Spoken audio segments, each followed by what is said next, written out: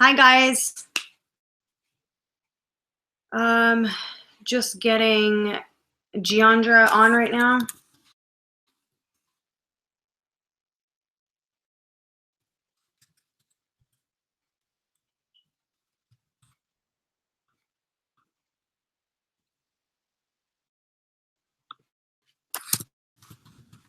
And then we are going to get Paulie Malignaggi on.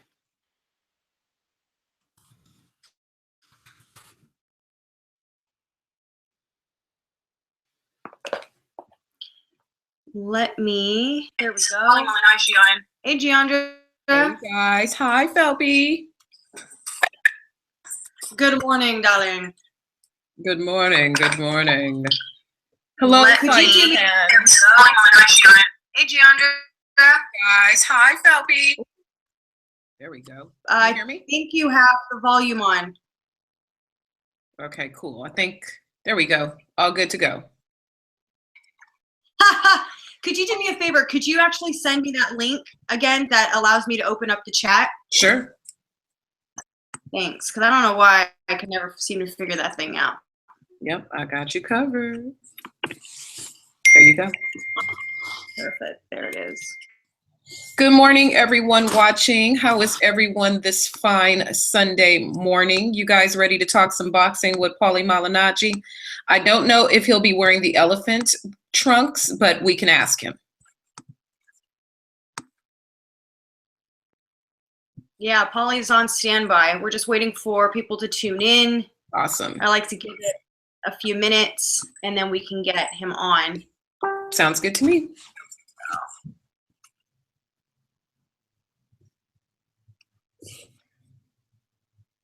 Okay, guys, in the meantime, we can ask some of your questions now. Good morning, everyone.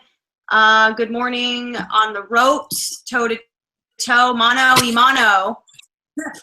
Colin Ward, set, God of War.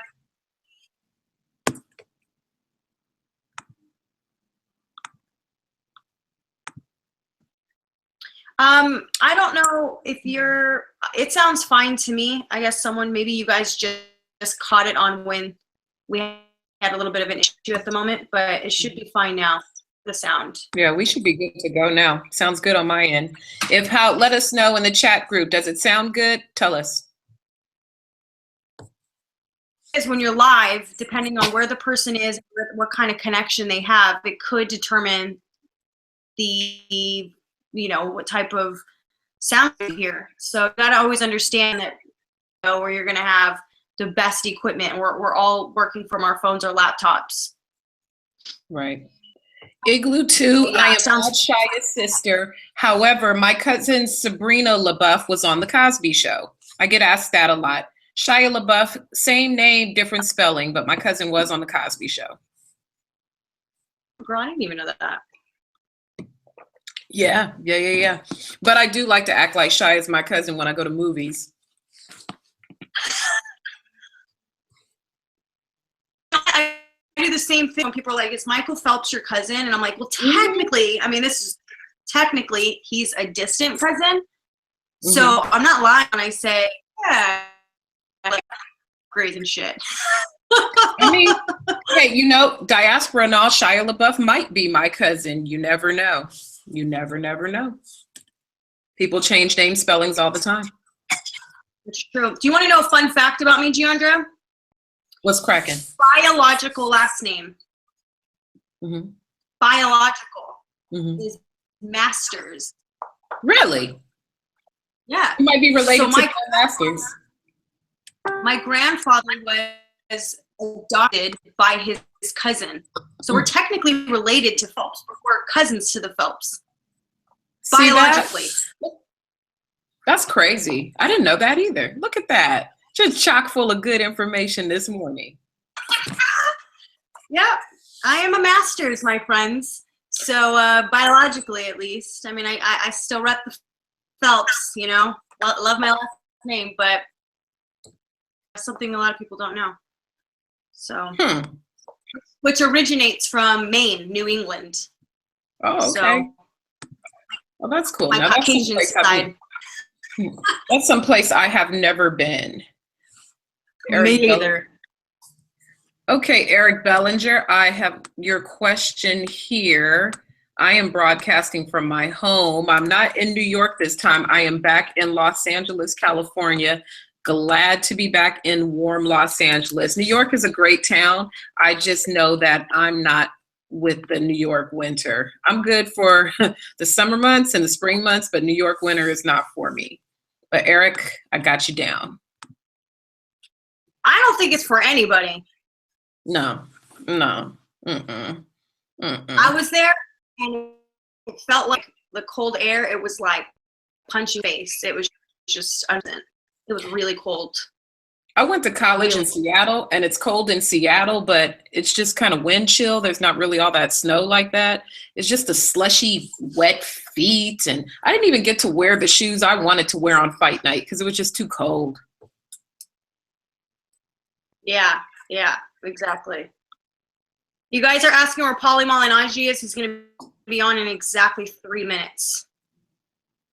Exactly 3 minutes. So, Mike Boyce wants to know, Michelle, Mike Boyce wants to know, in a potential fight between Linares and Mikey Garcia, who are we picking? I don't know. I got to think about that. I didn't watch the fight this weekend because I was dealing with some technical issues and I have some family visiting. So I need to watch the fight and see what Linares looks like. And I need to see Mikey Garcia with kind of a liver dog before I comment on that. So we'll table that one to a future day, Mike Boyce. But what's up? Thanks for tuning in. Let's go.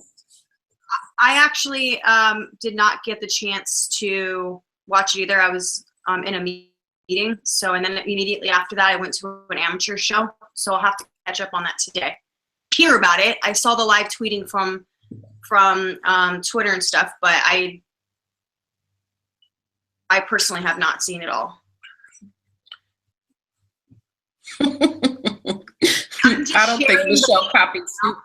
I don't think Michelle copied Stewie's Laugh Planet Boxing Talk. She's been laughing like that. Michelle, if you follow Michelle in social media, she has a little niece, and she posted a video once a while back on Instagram of her really young niece, and she laughs just like Michelle, and it is the cutest thing I have ever seen. So I think it's a family trait. I don't think she copied the laugh from anywhere. Yeah, my sister has it too. So when people meet my sister, they're like, oh my God, it's like you 2.0. So we all just sort of have some sort of funky laugh. I am just sharing the links right now on Facebook. That way we can get started, y'all. And while she is sharing, I am looking at your questions. I've got you down. Rick Guerrero, I got your question down. So I will, Rick Guerrero, Wayne Lovett, Eric Bellinger, I have your questions down. If you're asking ignorant stuff in the chat group, just keep in mind that I am reporting you and you're getting removed from the chat group. So keep it classy, kids. Keep it classy. Some people don't. I am not for the shits this morning, but I've been going social media this weekend. So if you're acting wild in the chat group, you got to go. Sorry. Bounce. Nobody needs you up in here. Nope. Ask about anything. You can ask us anything about boxing, about current events, about things we like to do. You can ask Paulie anything. Just keep it respectful. Keep it classy. Don't ask anything you wouldn't want someone to ask you. And you know what? We're going to get to that point where we're going to start actually adding people in. So if you guys want to talk directly to myself or Jeandra or our guests, you'll be able to do so. But we're really filtering through people. We know when some of you guys are acting stupid on, but there's going to be a few of you that we're actually going to allow to join the conversation in the near future. Adam Lee, good question. I am going to ask Paulie that. Adam Lee wants us to ask who fights for the Brooklyn belt after Paulie retires. Remember, that was a big deal with that Brooklyn belt. I'm going to ask him about that. I totally forgot about that. That was such a big deal when he fought, who did he fight first time for? Was it Zab Judah? It was Zab Judah. All right. Wayne Lovett, we got you down. Good morning, I'm sending the Boxing invite. Gina. Good morning, Jason Taylor. Where's everybody tuning in from this morning? Put your city in a chat group so we can see where you are tuning in with us this morning. Shout out to the UK. I got my America's Next Top Model sweatshirt on. Shout out to Rita Ora. Thank you, Rita Ora. All right, New York in the house. What'd you say, Michelle? One more time? That's the fun part about what you get to do. You get to go to all them events. Yeah, it has been, making the rounds have been a little bit fun this last go round in the last year with media. But boxing is always going to be my first love. If it wasn't for boxing, then I wouldn't have any of the other opportunities. But yeah, I love boxing. My father loves boxing. My brother loves boxing. He's probably tuned into the live chat right now. So what's up, Aunt? I know you have a lot of ghost accounts, so I don't know which account you're using today. So my brother probably low-key stalking. My brother a weirdo. He low-key stalking.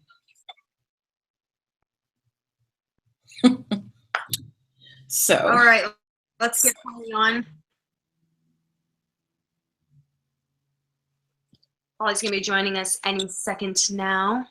There's a site called Chatterbait. What is wrong with people? Ew, that's gross. Some of these people have no lives, don't they? All right for your sweater, though. Yes. Huh?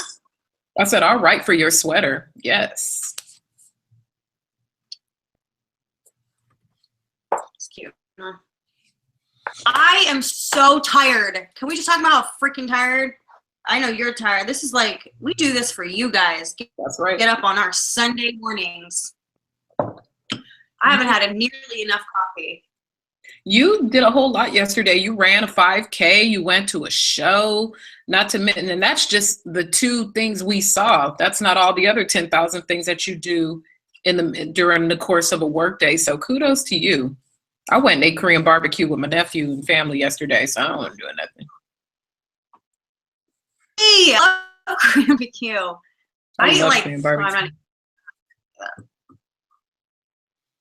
I love that you guys are from I love people from Scotland. I love the way you sound. I could listen to people from Scotland all day long. I love the way you all speak. It's so cute. I love your accent. I got a stupid card. That's actually funny. It says, Michelle, hold on, where is it? Your fake eyelashes are more tired than you, Michelle. Think about them. That is so funny. You guys, all y'all have to worry about is her eyelashes. You should have, man, think about all of the access that you receive to your favorite fighters. You get to hear her ask questions that you don't get that same boring, so tell us about your fight. Tell us how camp went. We know what they're going to say. A little respect, people. Come on. Exactly. Thank you. Appreciate that. Michelle, okay. So fight fans, let me ask you guys a question. What topic are you more tired of hearing about? Triple G versus Canelo or Floyd versus Conor McGregor? If you could, if one topic had to go from the media for at least a good 6 months, which of those 2 topics are you more tired of hearing about? Tell us in the chat group. I'll do a little informal poll.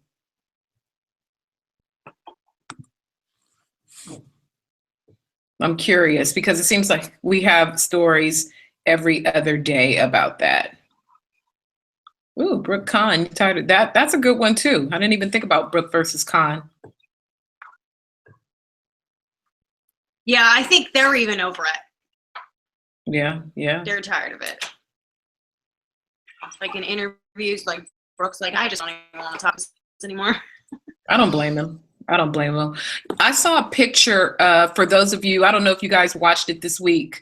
The Golden Boy had their first card from here in Los Angeles, headlined by Jason Quigley versus Glenn Tapia. And a lot of people, myself included, were surprised that Glenn Tapia went the distance in the fight. But then I saw a picture online of Jason Quigley's hand. His hand is jacked up. And I guess his hand was injured during the fight. Let me know if you guys are tuned into Jason Quigley from Ireland. Let me know your thoughts on Jason Quigley as well. Was the injury a factor? Is he not quite ready to take a step-up fight? Your impressions on Jason Quigley. I kind of like that kid. I thought he was going to hurt Glenn Tapia bad, but, you know, he won the fight clearly, definitely won the fight. Glenn Tapia is a, battle-tested guy. He's a professional. He's been in there a lot of times, so I was surprised that played out the way it did. Sorry, guys, I'm trying to get Paulie on right now. He should be connecting at any moment, I would imagine. I'm wondering, Jeandra, if there's like an issue with this, because Deontay seemed to have an issue with the email thing too. Right. I think that maybe they're just not used to doing it, and they probably don't realize you have to accept that the permissions to use the Google Talk app and all those things, just click, click, click. They probably just click one thing and think that's it. But once you do it once, it should be okay. But be patient. Everyone, he will be joining us. We're not fronting just to get you guys here. He will be here with us in just a moment. So start thinking about, if you haven't chosen a question to put in the chat group to ask Paulie Malignaggi, drop some questions in there. They don't have to be boxing related. Boxing is Paulie is an ambassador for the sport. He speaks a multitude of languages. He's really intelligent. He's a great announcer. Think about some of fights you've seen him call. Maybe ask him about some of his favorite fights. Oh, we'll ask him about it. Why not? Shafo, I got your question. Yes, he does have a lot of opinions about Manny Pacquiao and alleged steroid use. So we can ask him that. I got your question down, Shafo. You can ask him anything. Just keep it. Come on now. We know Paulie is not going to hold his tongue. So feel free to ask him questions. As long as you ask them respectfully, then it's great. Let me see. I just saw someone ask me a question, but it's going by too fast. Someone just said Chris Brown versus Soldier Boy. Yeah. I forgot all about that fight. Yeah, that was really dumb. That was really dumb because nobody's fighting nobody. Neither of them are from the hood. Come on now. I live in LA. Neither of those guys are from LA. They really not from Compton or Inglewood or Watts or boys. Bye. He's coming. Uzi Khan 9mm. Wow. Uzi Khan 9mm. Gun. He's coming. No, he did not stand us up. We're just making sure we all get you here. Soldier Boy has an iron chin. He got some iron lungs too. This must be your first time tuning in, because we usually get the guys on, about 15 after. Paulie's message.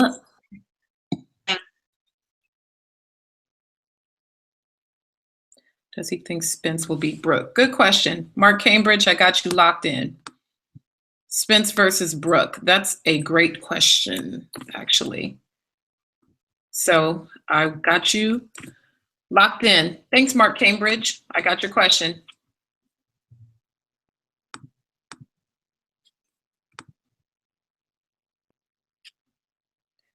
When are you going to invite Kelly Maloney on this? I'm not familiar with Kelly Maloney, in fact. For right now, in our format, it's going to be Michelle and I and your favorite boxers, but you never know what could happen in the future.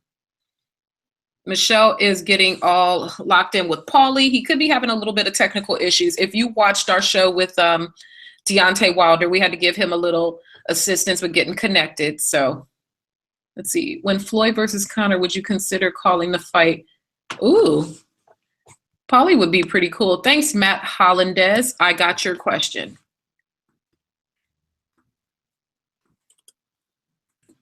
I have you locked in. Good questions this morning, guys.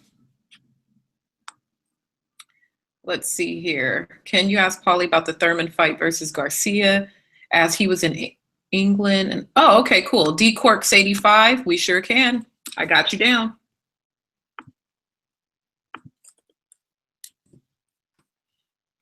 Keep the questions coming, guys, because you know Paulie got the gift of gab, so keep it going.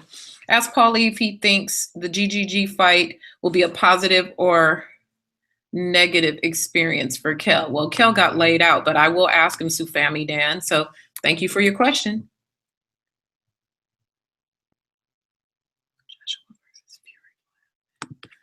So let me see. Keep the questions coming, guys.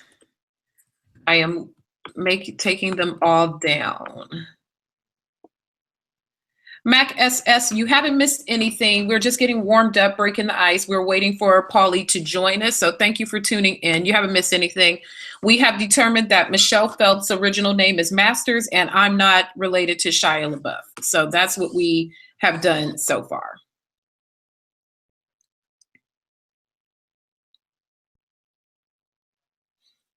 That's a good question, Eric Bellinger. I'm not sure if is Paulie a vegan? If he is, I didn't know that. I know that Bryant Jennings, the heavyweight challenger, is a vegan. If Paulie's a vegan, I didn't know that, but I will ask your question. Who is the best welterweight in the world? I will ask him that, Bellew. Thank you, Bellew, for your question. I will definitely ask him. And I like the Ask Paulie hashtag. That's dope.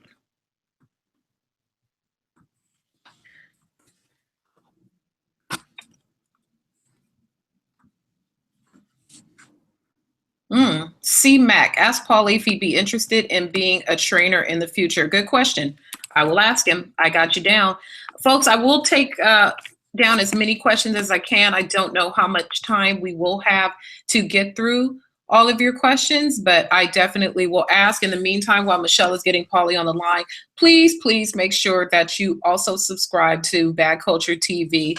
If you see me in the chat group, Fight fans, go ahead and click on the link and subscribe to my channel. In addition to the work I do with Michelle, I also do a podcast with Michelle Rosado. I also do entertainment media. I just talked to Tom Hiddleston for you Brits right before King Kong premiered. So a lot of variety of content. So head over there and make sure you click subscribe to Bad Culture TV as well.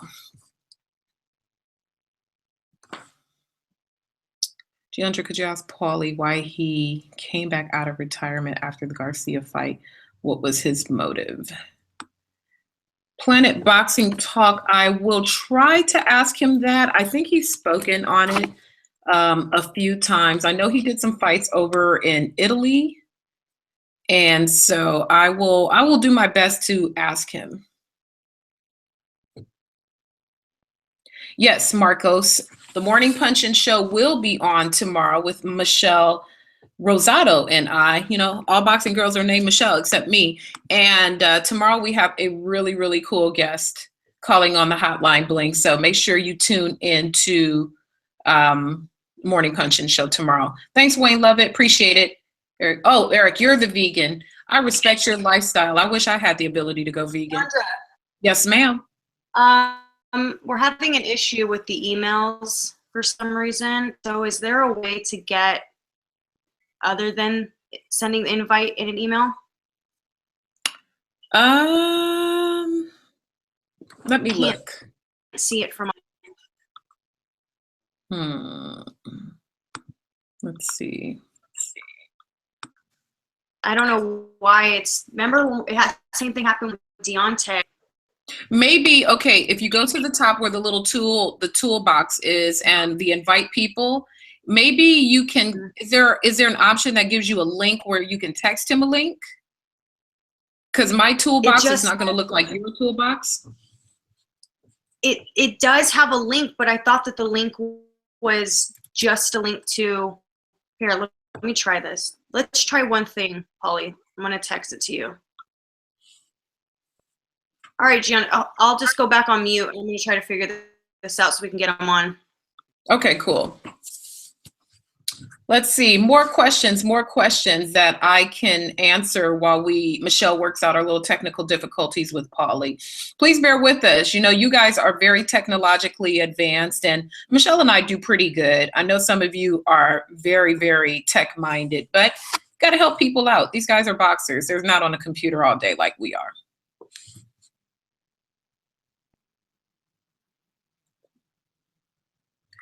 Let's see, what fights are coming? Oh, so while we're waiting, let's talk a little bit about not Triple G. Let's talk a little bit about Canelo versus Chavez Jr. That's a topic. Who you winning? Chavez Jr. is looking in shape. Usually there's a circus surrounding how much he's going to weigh, but it looks like he has been in shape and he is primed and he is ready for this fight. So the fact that Chavez Jr. doesn't seem to have any issues with his weight, does that change your perception of the fight? This Black woman's name is Jeandra LeBeauf. I am born in Los Angeles, California, with 2 parents from Louisiana, and I also work in boxing media. That's who this Black woman is. Ahmad Hussein. I hope that answers your question.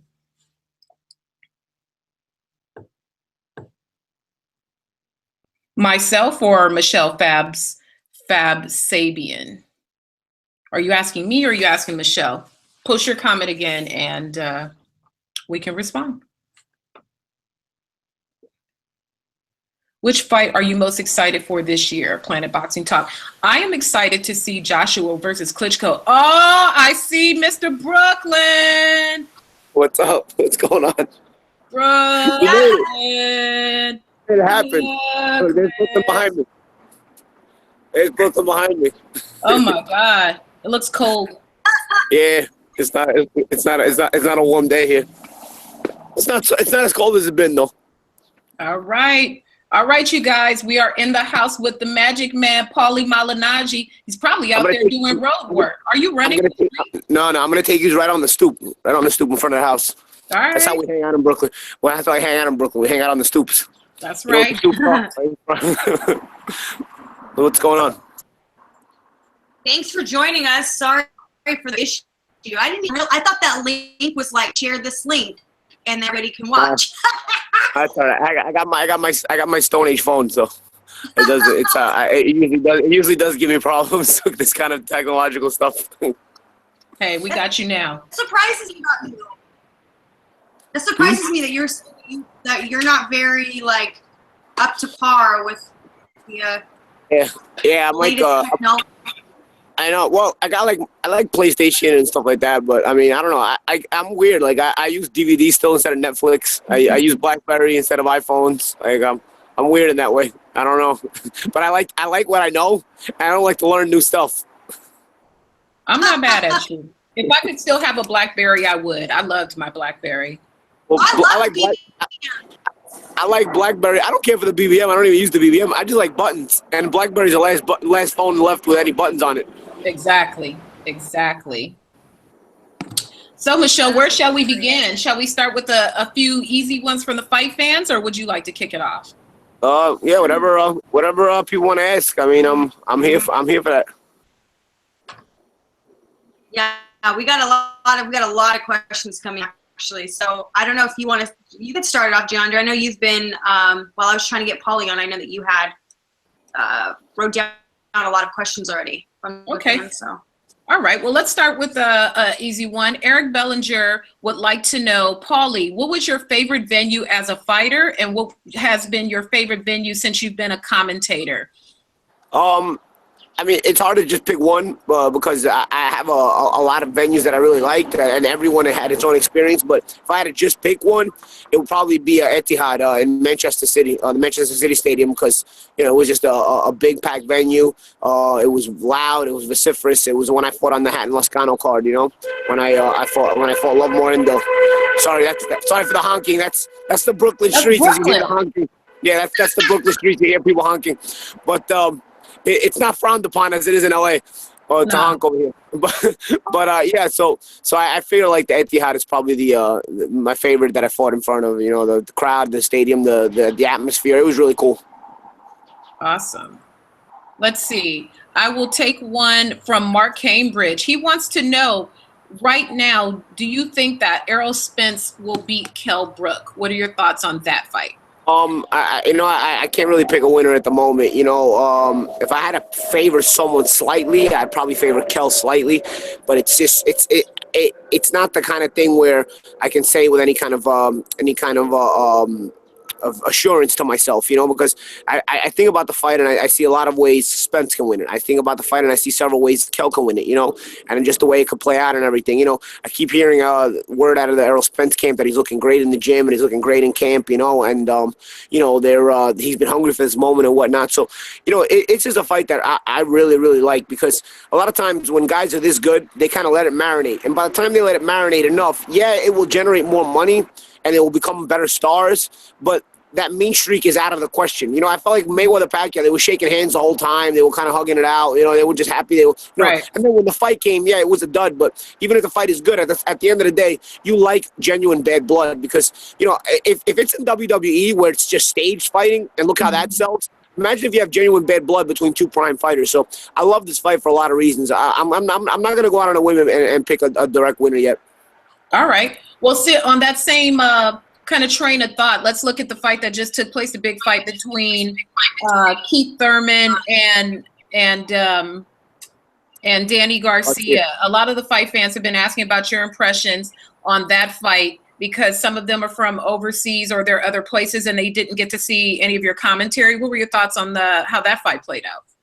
I think Thurman fought a smart fight. I think Danny came very ready. I think one thing about Danny, some people saying Thurman ran around and got the win running around. I thought he boxed a smart fight. But one thing about Danny, he's so sneaky with those counter shots and those timing shots. And you can see Keith was kind of ready for them. Keith wasn't really overstaying his welcome in the pocket.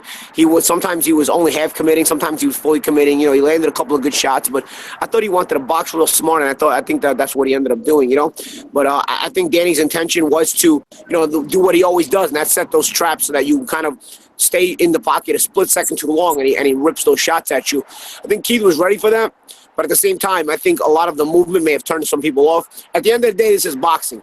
The ring is square. If you don't like a guy moving around, you got to cut the ring off on him, and you got to force him to fight. I remember when I fought Miguel Cotto, to me, nobody forces you to fight the way Miguel Cotto did. I mean, if you cannot run from that guy, you cannot escape the action when that guy's fighting you. So, as any pressure fighter that doesn't like the other guy moving around or running, you got to take it into your own hands to cut the ring off and make the fight physical and make the fight uncomfortable. I thought they both fought brilliant in their own way, but I did have Keith edge in the fight.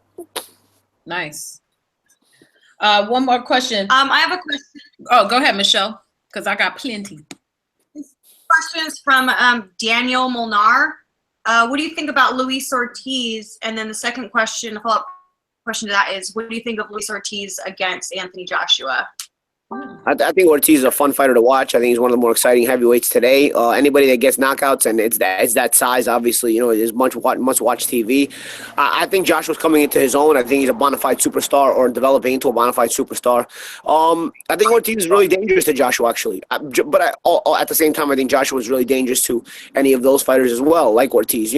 I think it's an explosive fight, and it probably doesn't last very long. And I wouldn't mind seeing it. I'd probably edge Joshua slightly because he's a younger, fresher guy, but Ortiz is not playing around either. Paulie, a lot of people like to spend time debating about pound-for-pound lists. What are your personal thoughts on pound-for-pound lists? I think pound-for-pound lists are like fantasy football or fantasy baseball. They're there to have fun with, but you can't really put too much stock into them aside from your own personal messing around with your friends and talking. I don't think they really hold a lot of stock. Pound for pound to me means if everybody was the same size, who would beat who? Some guys definition is different. Some guys define it as who's beating more guys, who's beating more top stars and whatnot.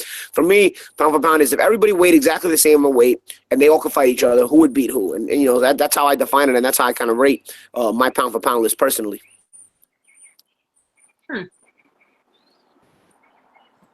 Let's see. We got so many questions. People were so excited that you were calling with us this morning. Paulie, what you got, Michelle?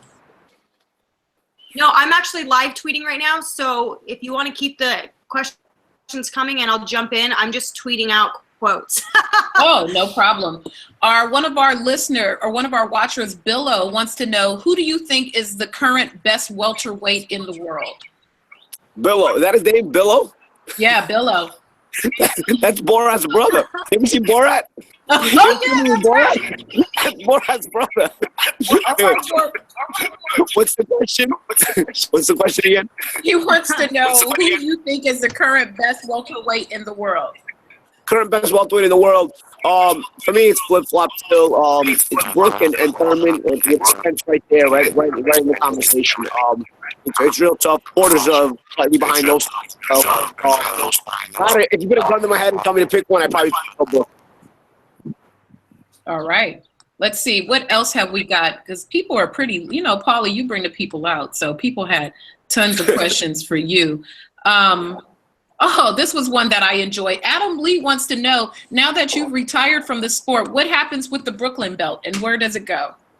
Oh, the Brooklyn belt was kind of like fantasy football. It was kind of like pound for pound list. It's not a real belt. Like, I think at the end of the day, it was more for something that was for bragging rights and for fun. But other people will fight for it. I mean, I think it's just like any other belt. Where if two New York welterweights fight for it, I think it's totally fine. I have my copy of it. I don't know if people know this, but fighters get to keep their copies of all the belts they win. It's like a trophy. So any belts a fighter ever wins, they get to keep them. So I have the Brooklyn belt in my case of all the belts I've won as well. All right. I'm not the current champion, of course. We are anxiously awaiting to see the big super fight overseas between Anthony Joshua and Vladimir Klitschko. What are your thoughts on how that fight plays out? I think it's exciting. I think I don't know. I don't think it lasts long. I think they're both dangerous to each other. I keep thinking it's the right time for Joshua to get Klitschko coming off the 18-month layoff. Klitschko's 41 or 42 years old, coming off a loss in the 18 months layoff before that, So I think it's a matter of timing. Sometimes in life, it's timing is everything, and I think he's catching Klitschko at a good time. I saw a tweet out yesterday by Vladimir Klitschko. He looked in good spirits. He looked healthy. He was talking about how he just did a swimming workout or whatnot, and he looked real healthy. If Vladimir is has anything left from the old Vladimir that we know, I mean, he's always dangerous. I mean, Vladimir Klitschko let's not forget, he's not only an Olympic gold medalist in the '96 Olympics, but he's also been a very dominant heavyweight champion. He's sharp. I keep mentioning one thing that I think is a real risk to Joshua, and that's the fact that he doesn't move his head. And Joshua and Klitschko has a really sharp jab, and he has a really sharp 1-2. But he's gonna have to have the legs to find the range to properly throw that 1-2 to make it dangerous. And I don't know if Joshua's gonna just hand him over that range, while Joshua himself has proper fundamentals and great power himself. So I'd obviously favor Joshua, but I do think both guys are a risk to each other with the heavy artillery that they throw. It's pretty much dynamite. Mark Cambridge wants to know if you think that Mayweather versus McGregor is bad for boxing. I don't think it's bad for boxing. I think it'll be a fun promotion. Do I think it's a dumb fight? Yeah, but just because I think it's a dumb fight doesn't mean I think it's bad for boxing. I think anytime the eyes of the world cross over and whatnot, have their eyes on boxing, I think it's not a bad thing. As a matter of fact, I think this is good for both boxing and MMA because fans from both sports will be really, really tuning in full force. Now, do I think the fight is very competitive? Do I think the fight's even good? No, I don't think so. I think Mayweather's gonna beat him like he stole something. But at the end of the day, the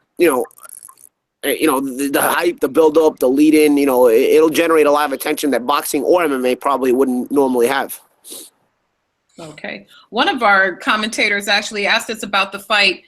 If that went down, it would likely be on Showtime. Would you be interested in commentating that fight? Or would you want to just watch it?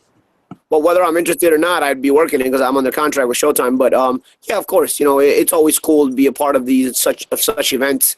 I've gotten to commentate some pretty cool events, and it's sort of like I'm building my resume. But it's also fun just to be there and watch as a fan.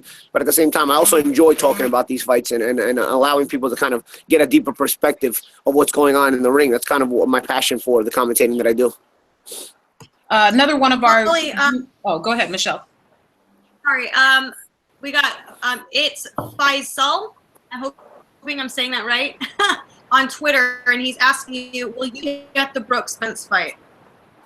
As I said earlier, it's hard to really pick a winner. I think it's the most explosive fight that can be made. It's my favorite fight in boxing. Oh, am I going to be there? Yeah.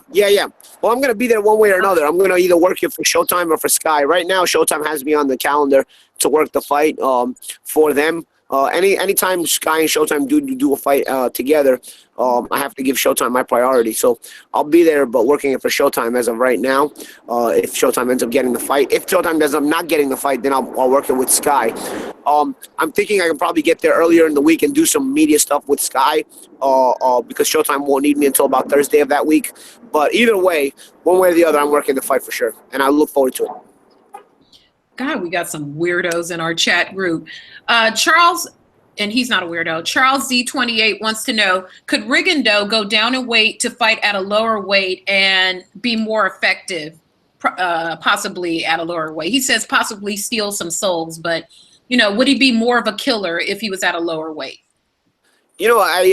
I think it's possible, because the whole thing about Rigondeaux is, he's too small to move up in weight. They don't want him to move up to 126 from 122 and so on and so forth. So if somebody can't really move up a lot, maybe it's because they make the weight comfortably, and maybe if they're willing to be a little bit more uncomfortable, they can go down. Having said that, Rigondeaux is not exactly the freshest or the most springiest of chickens either. He's a skilled fighter, but he's not exactly young. So, and for personal experience, I know as you get older, struggling to make weight hurts you more and more. You recover less and less after weighing. So I'm not quite sure if it's the best idea for Rigondeaux to try to drop weight, although it'd be interesting to discuss.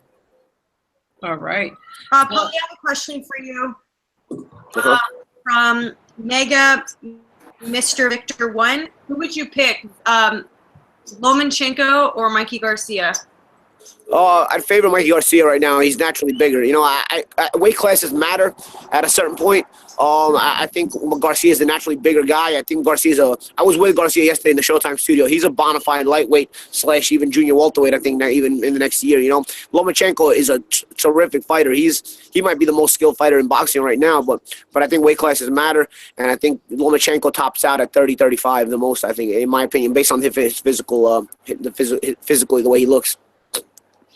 All right. Okay. Paulie, a question from the chat group. They would like to know, what's a good fight for Amir Khan to get him back on track? I think if Amir Khan wants to get back on track, he has to stop looking for the superstar fights. I think he has to kind of just take a contender who's, a known contender, but not a top 5 guy, or not obviously it's easy to want to chase the big money, because when you're a bona fide star name like Amir, names like the Canelo Alvarez fight, for example, will pop up into your radar, but if he wants to get back on track, it's different than wanting to chase the biggest money. It depends on what he wants to do. If he wants to get back on track, I wouldn't fight a top 5, even a top 7 guy. Maybe a lower tier top 10 guy or top 15 guy to get back on track. The money fights are there. Obviously, we know the Brook fight is there waiting for him, as I'm sure a few other fights are. But I think he can always get a win or two and then get back in there, because I think a guy like Amir, he's got such a big name that he can build traction really fast with a win or two, and then people will want to see him. People will be demanding him getting the star fights, and so he'll be right back in the mix. If he keeps fighting these tough fights, these star fights, he'll keep losing, and people will eventually lose interest. So if I'm guiding Amir, yeah, maybe it's not going to pay the ton of money, but Amir's name still pays pretty decent money, and I would go and get a win or two, and then build that traction, build that momentum, and then go fight these bona fide stars. He is young enough still. He's just 30 years old. Oh, I got a question for you. What did you think about the Chocolatito fight versus the Thai fighter whose name I cannot pronounce for anything? Yeah, Rung Thai or whatever. Yeah, I thought it was a good fight. I thought it was good entertainment. I thought both those fights, both the co-main and the main that night were really good fights. I thought the whole card was good, actually. But, I thought the fight could have went either way. I think you got to really credit the Thai fighter, Rung Thai. He seemed really strong. Keep in mind, Chocolatito, this is his 3rd weight class, so, he's not going to be as strong. His punch power is going to be a little bit less effective. And that Thai guy looked pretty strong even for that weight class. I felt like Chocolatito was feeling the punches, but he was fighting brilliantly nonetheless. Chocolatito for me is a great offensive fighter, very creative, finds the angles, throws good combinations, but defensively he's too flawed at times. I think that may have cost him in the fight, but it was a close fight. It was a good fight, and of course, the more you go up in weight, the less power you're going to have. And I think Chocolatito was having a tough time getting the respect of the punching power that he usually gets. But that's par for the course, and that's natural, unless you're a Manny Pacquiao fan. All right. Actually, I'll leave that one alone. Daniel Molnar would like to know, what do you think of the current heavyweight division? A lot of people say this is the weakest era of the heavyweight division. Do you agree with that? No, I don't agree with that. I think people love to fall in love with the past and talk about glory days and whatnot. I think one thing you have to understand in boxing, modern times, that didn't exist even about 30 years ago. The rise of the Eastern European realm of boxing. The rise of the Eastern European has made boxing more difficult for the rest of the world.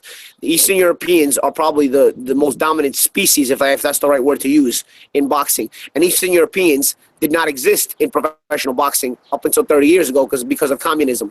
So I think in order to rise to the top, the cream of the crop in any weight class, and mainly the heavyweight division, because a lot of these Eastern Europeans are big guys, you have to now go through more of a maze and more of a tough time to get to the top, and that is to get through the Eastern Europeans, the Russians, the Ukrainians, and so on and so forth. So for me, maybe it's not as exciting, but for me, excitement value and effectiveness never go hand in hand. They almost rarely go hand in hand. So it may not be as exciting, but for me, this is a very difficult time in boxing, not just heavy and the heavyweight division, because the Eastern Europeans have been sprinkled into the mix along with the rest of the elite level fighters, and actually the Eastern Europeans are probably the most dominant ones. People don't realize how the fall of communism affected professional boxing. If you look at history prior to 1990, no Eastern Europeans were there in professional boxing. If communism didn't exist the way it did, I think the history of professional boxing might be a bit different as well, as things changed once communism fell. Paulie, Max S. wants to know, what do you think of, hold on, I don't want to miss the question. What do you think of VADA testing? I think VADA testing is good. I was actually doing it at the end of my career. I like for them to hopefully be able to get enough money in there to test the fighters more regularly. I did both VADA testing and USADA testing, and although VADA testing comes off as deeper and more sophisticated testing, and it is, and they mean well, they need the funding to test fighters on a more regular basis. When I was being tested by USADA, I was being tested much more regularly than I was when I was tested by VADA. It doesn't mean one is better than the other, because, like I said, VADA probably uses a more sophisticated testing to try to catch you, and they use a deeper testing, the isotope or whatever they call it. I don't even know. I don't know the scientific words for it, but they use a deeper kind of testing to try to catch you. But they don't have the funds to test you as regularly as USADA was. So I hope in the coming years, VADA testing becomes the norm, because they do have a deeper testing, but at the same time they need the funding, and hopefully they get the funding to be able to test the fighters more regularly than they're able to. Iceland Gent would like to know if Ricky Hatton punched harder than Khan. Yeah, Ricky Hatton did punch harder than Khan. As far as straight punching power is concerned, yeah, I thought Ricky was a harder puncher. But of course, if you put the whole package in together, then you're making different judgments. But if we're just judging punching power, yeah, Ricky Hatton was the bigger puncher.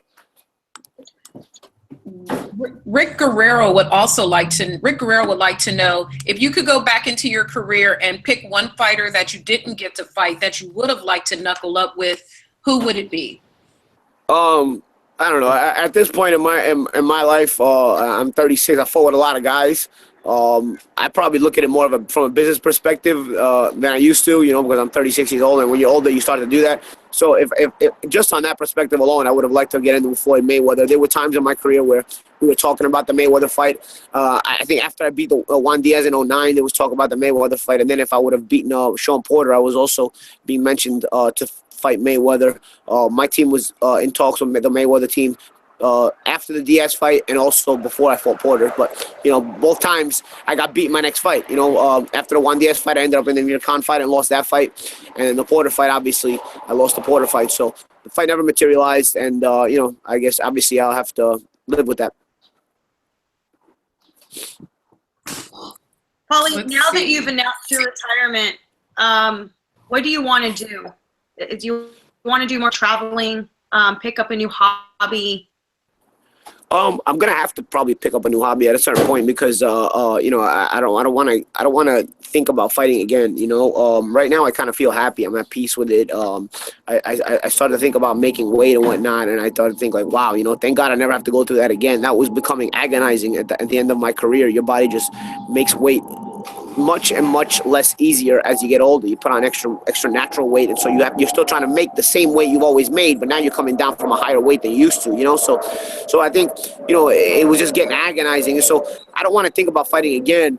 But at the same time, I think, you know, right now I just fought 3 weeks ago, so right now I would normally not be thinking about my next fight anyway. You know, but I think in about 6 months, I'm gonna need to just do something to be. I'm gonna have to already be doing something to not make me think about training and fighting like that. I'm a competitive person. I'm a natural athlete. I was thinking about like joining one of these leagues, like, you know, for sports, like, you know, just to have like you know, one of these indoor soccer or indoor football, as the Brits call it, or just something to where it's keeping me busy on a physical level, so that I'm not thinking about training and whatnot. And these are all things that I would never do before because I was scared of getting injured while I would be in training camp. So now I can actually go and pursue, you know, having some fun with that stuff. So I'll figure something out. I mean, I keep myself busy regardless, but I need to keep myself busy from a competitive standpoint, just so I don't start desiring the wrong things. If you would have never started boxing, Paulie, what is something non-sports related that you always wanted to learn or never just had the time to learn? What's something non-sports related you always wanted to learn how to do? I don't know, man. You know, I would say, you know, at the time when I was started boxing, I probably needed to, and I probably didn't have enough interest in anything non-sports related or otherwise to really pursue and really to put the work in. But now as I'm older and I'm more mature, I think of different stuff, you know. I'm like a secret fat kid, you know, so I maybe like being a chef, you know, or something like that, you know, and learning like all kinds of to make all kinds of good food. But it's probably good that I don't do that because I might gain a lot of weight. Holly, that's the Italian. Well, you know, you can cook for us, right?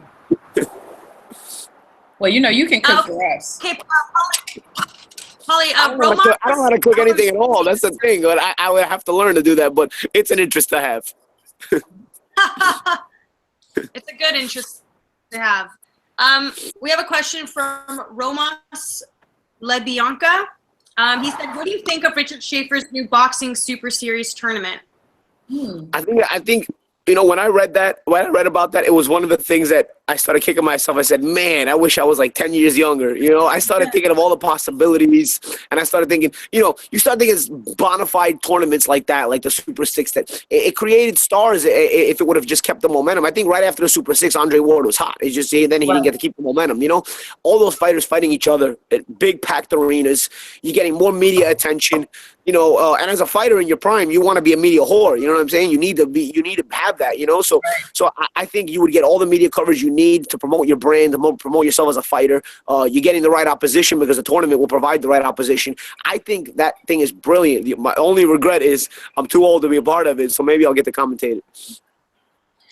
You know, Paulie, during the course of your career, you were always very colorful, very entertaining, but you stopped just short from just wilding out and just acting real retarded in the streets. If you could give advice to some of these younger fighters, because now they have all this distraction with social media and all those different type of things, what is something you would advise younger fighters in this era to stop doing? I'd say, you know, stop trying to be famous let me word it correctly. You have to want to be a champion more than you want to be famous. Stop trying to be famous first before achieving your goals. When you are a champion, you will become famous. It just goes hand in hand, especially if you have the right marketing behind you. The championship is the root, is the centerpiece to making you famous if you have the right marketing once you're a world champion. If you want to be famous before you're being a champion, where you're trying to be out in the clubs and trying to buy bottles and trying to show up with stacks of cash instead of, you know, your bank card, which has the same amount of money in your bank anyway, you know, things like that. You know, if you're too distracted, being an Instagram model, being a Twitter model, so to speak, you know, where, you know, putting pictures, posing all the time with stars and whatnot. Listen, all that is to a degree, it's self-marketing. I understand it, but you have to want to be a champion before you want to be famous. I understand the marketing; it's definitely necessary, but you have to make sure your desire is to be a champion. Because when your desire is to be a champion, you want to go through the pain, you want to go through the suffering and everything else. When you just want to be famous, trust me, if fame is just your ultimate goal and nothing else, you're not going to be willing to go through the suffering and pain, especially when you're bleeding and exhausted and whatnot. So wanting to be a champion for me is the key figure and the key component in all of this. Absolutely. Good advice. Thanks. I saw something that cracked me up over the weekend. Now, we know that Triple G was in talks with Chris Eubanks Jr. before he ended up fighting Brook. But now Chris Eubanks Jr. is talking about maybe fighting Tony Bellew at a catchway.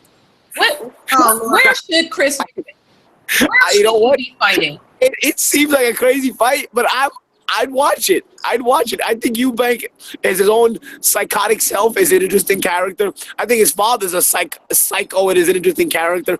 But they're not stupid. Look at what they're doing. They're trying to capitalize on the heat of the moment right now. And right now, Bellew is the heat of the moment.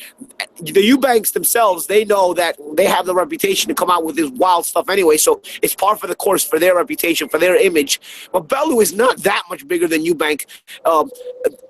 Per se, so to speak. You know what I'm saying? Like, Eubank fights at middle. Bellew was fighting a lot heavy not that long ago. Listen, is Bellew bigger? Absolutely. But, it's not as big of a jump as, say, Bellew fighting Wilder. You're talking about Wilder and Joshua. Bellew and Joshua, Bellew and Wilder and whatnot. That's a big jump. For me, Eubank and Bellew is actually a lesser jump than is Bellew and like a Wilder or Bellew and like a Joshua. Bellew may have won a big fight at heavyweight, but I'm not sure how natural of a heavyweight he is. And Bellew has a lot of the skills, but if he keeps putting on all this weight, I think it's gonna hurt him in a negative way because he's gonna have too much weight to carry around. In that kind of same incestuous thread, now in the aftermath of Triple G versus Jacobs, now you have Billy Joe Saunders, who's on his soapbox. I want the fight. I want the fight. I want the fight, Triple G. I want the fight. Are we gonna? Do you think we'll get Billy Joe versus Triple G now? Because according to K2, they want Gennady to fight again before a potential Canelo fight. They want to do something. They want to stage it in his native Kazakhstan. Is Billy Joe ready to leave up out of Europe to fight Triple G? Are we even going to get that, or is he just still talking a whole lot? Well, I don't think he's ever talking. You got to understand that, because I've been in this position as well. When you're not with a mainstream promoter, when you're not with a mega promoter, and Frank Warren at this time, although he's trying to get back in with the BT contract, is not a major promoter like an Eddie Hearn is anymore. So what happens when you're with a promoter like this? You end up having to become an opponent for stars because your promoter himself is not able to acquire you and build you into star power, into that star power that the major promoters are. Like, Frank Warren is not building stars the way Eddie Hearn is building stars right now. He's kind of become second. He's kind of playing second fiddle at the moment, when at one time he was not. I've been in that position as well, where we're the promoter that's playing second fiddle to the big guns. And what happens is, as a fighter that fights for a promoter like that, your only hope is to try to become an opponent for a star, so that you can be part of a big promotion through the opponent, through the star that you might fight. So, for example, I fought Miguel Cotto. I fought Ricky Hatton. I was not with a promoter that was going to build me into a star, so I had to hope to fight other people's stars and hope to beat them, and in that way market myself. So Saunders is in the same position. I don't think Saunders is just talking. Saunders is just looking for a fight. If you look at somebody else who was in Saunders' position, that is Liam Smith. Liam Smith won the title, and he kind of needed somewhere to go to pick up the momentum from winning that title. His promoter could not provide that. So what happens? He became an opponent for Canelo Alvarez, and that made him a part of a big promotion and gave him. And although it's a very tough fight, you always wind up in those tough fights in those positions. You never get to build yourself as a star in those positions. You always have to go the hard way in those positions. It was part of a big promotion. Had he been able to win, he would have achieved that kind of star power in that way. For me, it's the hard way to go. When you're with a promoter like that, it's a more difficult way to go because he can't build you. So you need to build yourself trying to beat these other people's stars with all the odds stacked against you. Saunders is in the same position as Liam Smith was. As a matter of fact, they're in the same stable. Saunders needed to get Golovkin. I think Saunders genuinely wants Golovkin. He wants to be a part of a big promotion. He wants to get the big money. And now, do I think he wins a fight? Probably not. But I think he's acting as a fighter, and he would like that fight, and hopefully they give it to him. Paulie, not pronounce this person's name, so I'm just gonna ask the question. What do you make of Tyson Fury's return and his weight gain? Well, Tyson Fury's a big guy, so I don't know. I don't know what it's like to be 6'10" or 6'9" or whatever he is. You know, that's a lot bigger than me. But I'm sure weight comes on real quick. You know, when you're that big, and you know, I'm sure you probably carry it a little better than somebody shorter. But you know, I'm sure you still put on a lot of weight being that a guy that big. But I think Tyson Fury's return will always be talked about, will always be in the media, and I think when it eventually happens, I think it will actually be a big deal because you know, based on what he's accomplished now and the way he talks and the way he behaves, I think people always have a curiosity about Tyson Fury. I personally would like to see him return and be fit and be ready, but we'll see. I had to get my charger. Let's see. How does he stack up against Anthony Joshua, Luis Keys, Deontay Wilder, Tyson? I think Fury's very dangerous to any of those guys, mainly because he's physically bigger than all of them. This is the era of the giant heavyweight, and Fury's giant even for those giants, you know. So I think physically it's hard to grab him, it's hard to maneuver him. He moves in these weird ways. You know, it's one thing for a welterweight to be used to a moving target, guys that change range and disrupt your range, even guys who get awkward. You know, a welterweight will be able to deal with that better, but a heavyweight is not used to a guy being so mobile. And you say Fury, he looks clumsy. He does look clumsy, but at the same time, he's still moving around and changing range on you, regardless of the way he's doing it. And heavyweights nowadays are so big and they're so cumbersome that you know, you don't get that look to even prepare for a guy like Fury. Combine that with his natural size, he's a difficult guy to deal with. He's a difficult guy to deal with for any heavyweight in the world, even if he's less skilled, just because of his attitude towards the ring. Mm-hmm. Who would you say is the most dangerous cruiserweight at the moment? At cruiserweight, I'd probably pick Usyk. Usyk's real dangerous. He looks like the goods. He's getting better and better. And again, I'll go back to the point I made before. The Eastern Europeans are the dominant species, race, whatever you want to call them in boxing. Who would you like to see him fight? Usyk. Oh God, we have some weirdos in our chat group. Let's see. I attract all the weirdos, huh? Yeah, oh my God. If you could see some of the things that they're asking us right now, please, people, keep it classy. Keep it classy. Let's go ahead, Michelle. I'm sorry. My follow-up question to that. I think it cut out, Paulie. Who would you like to see Usyk fight next, or fight in general? There are four cruiserweight champions at the moment. You know, I don't know. I'd like to see Usyk try to probably unify some of the titles and then see if he can move on to heavyweight. You know, I know the cruiserweight division is probably more popular in Europe than it is in North America. There's not a lot of coverage for the cruiserweight division here in the States. But I think the cruiserweight division is starting to pick up some steam. I think the kid that turned pro last night, Jeandra, is also a cruiserweight, right? So I think you got some bona fide champions, and I'd like to see Usyk try to unify against. But also, you're gonna have the prospects coming up the ladder. I worked a fight in England last week, but a cruiserweight named Sam Hyde. I think he'll eventually get to a high level as well. Maybe in the coming years, cruiserweight will become even more popular than it is. It's certainly gained popularity, but at the moment, I think aside from unifying the cruiserweight division, I don't know that Usyk has a lot of options aside from that.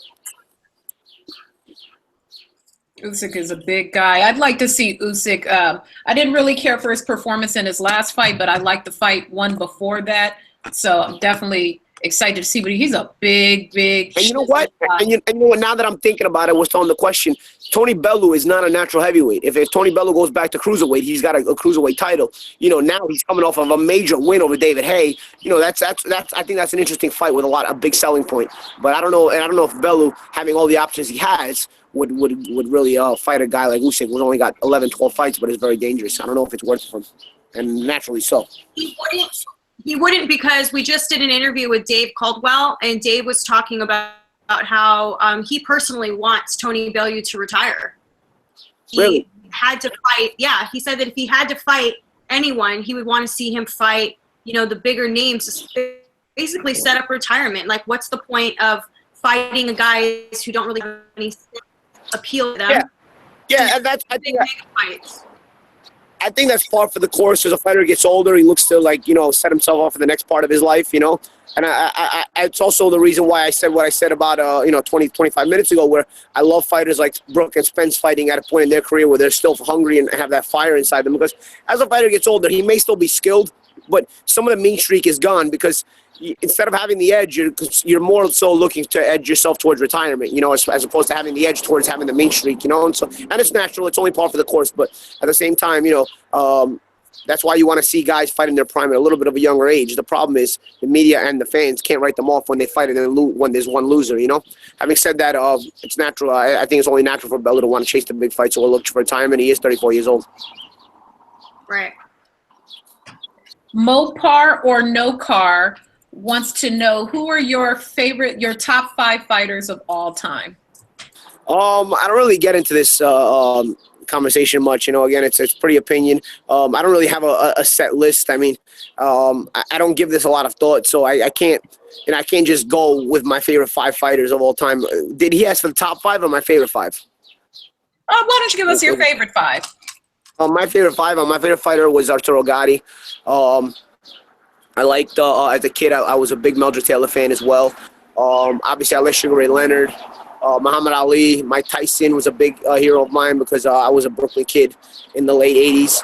I think that's about 5 right there, but I have a lot of guys that, I always enjoy. Prince Nassim Ahmed, Hector Camacho.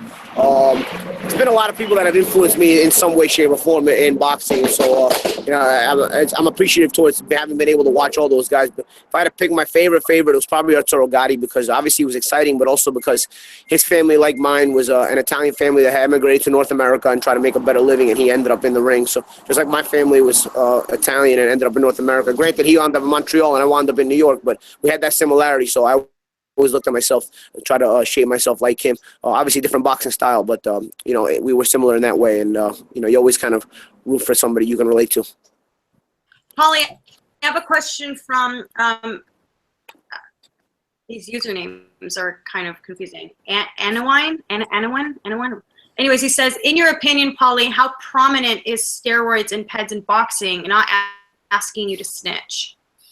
Well, I think you're asking me. I'm going to tell you. I think it's more common than people think, and I think it's a lot more common than people think. I actually get aggravated because I talk to a lot of the commentators in private, and they agree with me. But then they'll talk about certain matchups and certain fights, and they won't bring up anything. You know what I'm saying? They'll just talk. You'll talk about a matchup between 2 guys, and you'll think maybe one guy got there because he's on steroids and one guy didn't, but you won't bring that up. You know what I mean? Maybe one guy doesn't even deserve to be at that level that he's at, but he got there by cheating, or you may think he got there by cheating. So I don't know. I think there's such the view is so skewed between PEDs and non-PEDs at this point. I really think it's unfortunate, and it was part of the reason why I probably lost a lot of the passion for boxing, even in my own boxing career later on in my career. I think with age you lose the passion, but also I started seeing these things, and it just kind of you just feel like you're climbing a slippery slope, and you're never going to get over the hump anymore unless you're doing some of what some of these guys are doing. And not to say they're all doing it, but there's a big portion of boxing that's doing it. And Paulie, just before we wrap everything up, I kind of want to talk about, you are being very opinionated. I know you come across some pretty shitty comments on Twitter, as we all do. What would you say is probably 2 or 3 things you've had someone tweet you that you just sort of had a good laugh at? I don't know. I mean, I've been tweeted about. I've had gay guys try to hit on me. I've had I've had a lot of people talk about the side piece comments with the Broner fighter. To this day, they'll actually hashtag it. I've had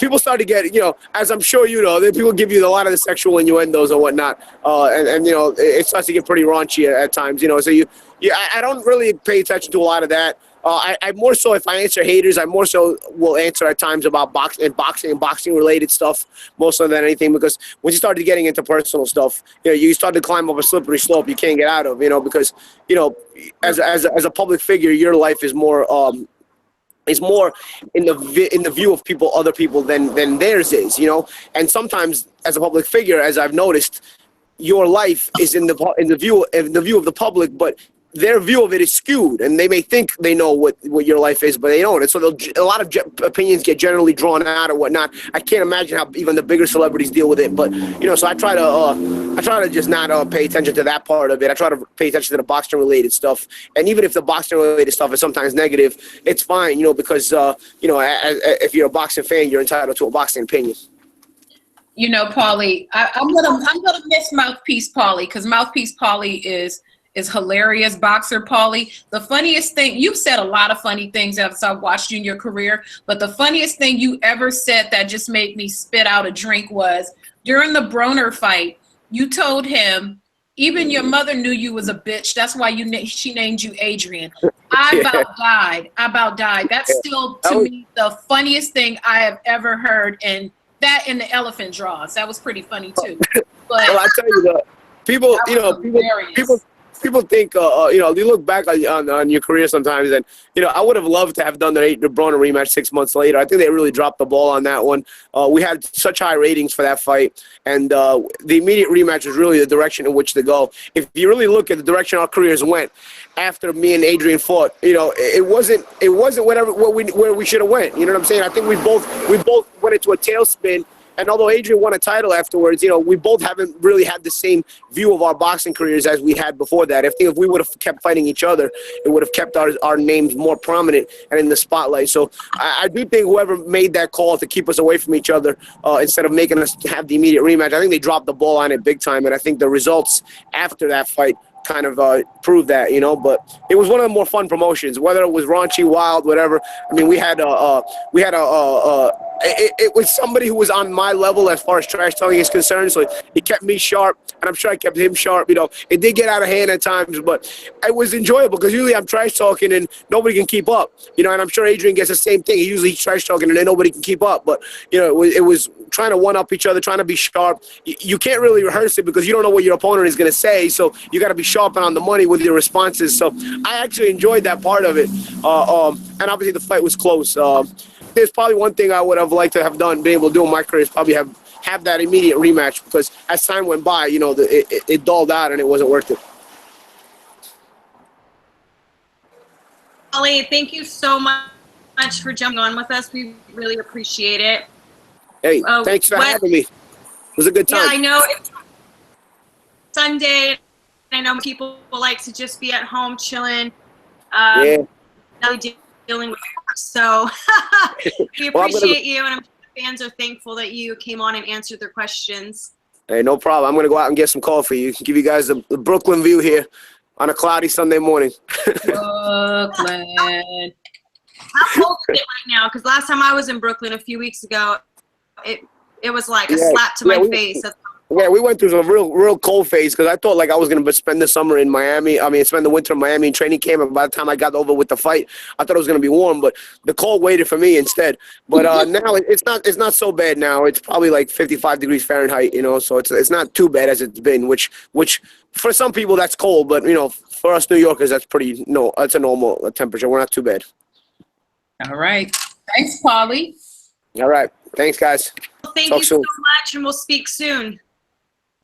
For sure. Bye-bye. All right. Have a good one. Bye-bye. All right, that was cool. Jeandra. Yeah, always a good time talking to Paulie. So I guess we'll just let the fight fans know, you guys, every Sunday we're going to have a new guest. We more than likely have someone locked in for next Sunday that I'm really excited about, but I can't announce it until it's 100%. Yeah, it's 100% final. So make sure you guys subscribe to Jeandra's channel. Jeandra, you want to tell them how they can subscribe, where they can go? Yes.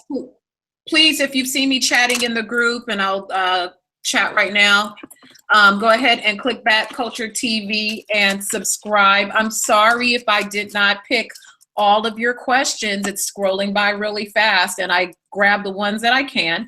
So make sure you subscribe. Make sure you keep subscribing and watching Michelle Joy Phelps. If you're here today, you probably already subscribed. If you're not, tell a friend, have them subscribe. It was great. I enjoy being with you guys. I enjoy seeing people chat. We don't have a designated time as to when we're going to come on Sundays, because it's always going to vary on when the guest is available that day. also where they're going to be live from. If they're from the UK, then obviously the time's going to be different for those of you in the US. So anyways, you guys want to make sure you tune into Hey Fight Fans Live every Sunday. Follow us on Twitter. We started a Twitter at Hey Fight Fans, and we're also on Instagram at Hey Fight Fans. And yeah, we'll catch up with you guys next week. All right. Bye, everybody. I'll see you at the Usyk. You're gonna be at the Usyk press conference, right? No, I'll still be at Pixar. I won't be back from the Pixar studios yet, but so I'm gonna miss out. That sucks, but I'll be back soon, and we'll get together soon, and we'll get together with Fight Fans soon. But we'll get together before that, and maybe do some of that. Yeah, exactly. Sip on some tea. Yes. All right, guys, we're gonna let you go. Bye, Fight Fans.